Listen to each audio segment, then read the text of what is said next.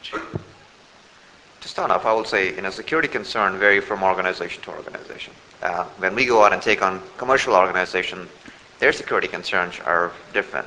One thing that I will mention is, when you're doing remote infrastructure management, the access that you have, you can control it to the level, and you can really control it. Now there are tools out there where you can go out and control the level of access. So you have to have the tools, the policies, and the processes to ensure that you are giving your customer the comfort feeling that nothing wrong is going to happen.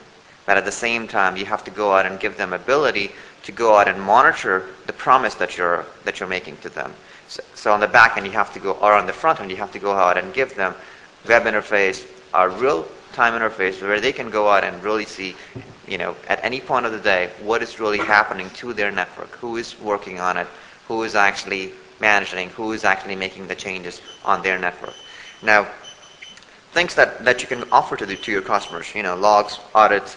Now, as Santosh mentioned, if you are managing a federal agency, like now we don't have that available here, but if you're managing a federal agency in the U.S., yeah, you can go out and get those security clearances for the folks who are going to be working their organizations. Now, that's something that's missing in India right now.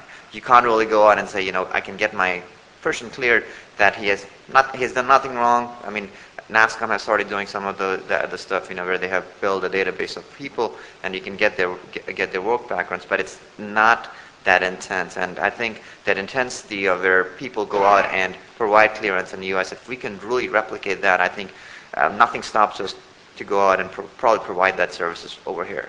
So I think the tools that we have in the U.S., I think in terms of doing that manual background checks, I think if we can get that here, I think people will be much more comfortable in offshoring to India also. But at the same time, I think there are tools available that you can use to make, to give them that comfort feeling as to who is accessing, and give them that access to see and verify as to who has made any changes to their network. Because, there are times when people make mistakes.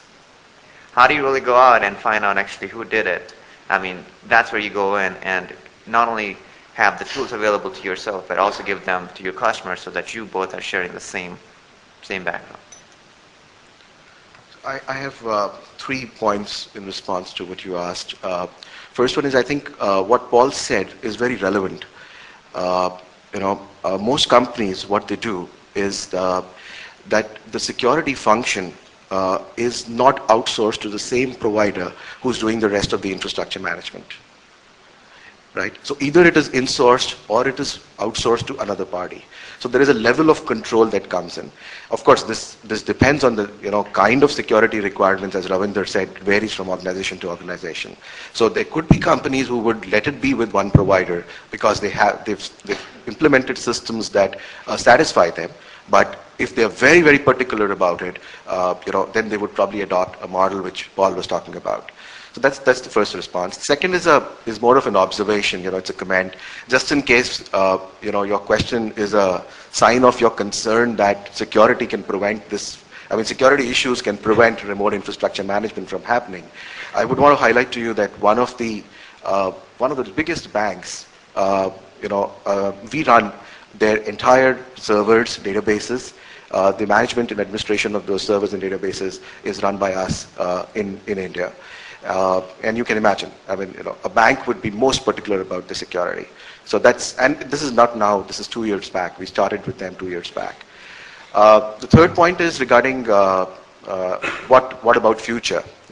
I think one concern that is likely to come up is that as we go into the value chain and we take more and more work from enterprises and from customers, it may, and rather it's happening to some extent, we may also have people taking calls from home, at different hours, especially if there's an escalation or what is called a SEV1 or a P1 call. If it comes in, there could be a reason to take the call from home.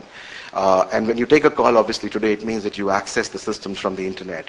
Now, what level of security will that require, and what kind of technology controls or process controls that need to be built in to allow that kind of access to happen, which will happen. I mean, access will have to be given to people from homes to be able to deliver the service.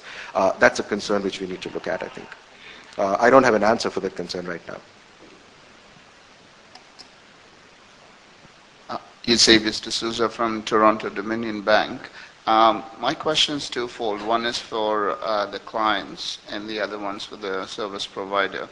How do you, on a year-over-year basis, in times where there's so much of pressure to decrease your cost on the RIM services or just your technology budget as a whole, how do you, is contract when you're offshoring for that to make sure that you're getting, that the costs do not significantly increase year over year or when you do renewals?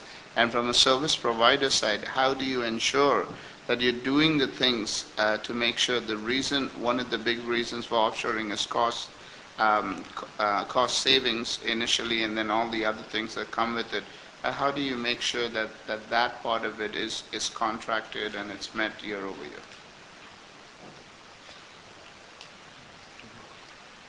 From a cost perspective, I think one of the things that we've been able to do through our sourcing strategy is to deliver much more consistency.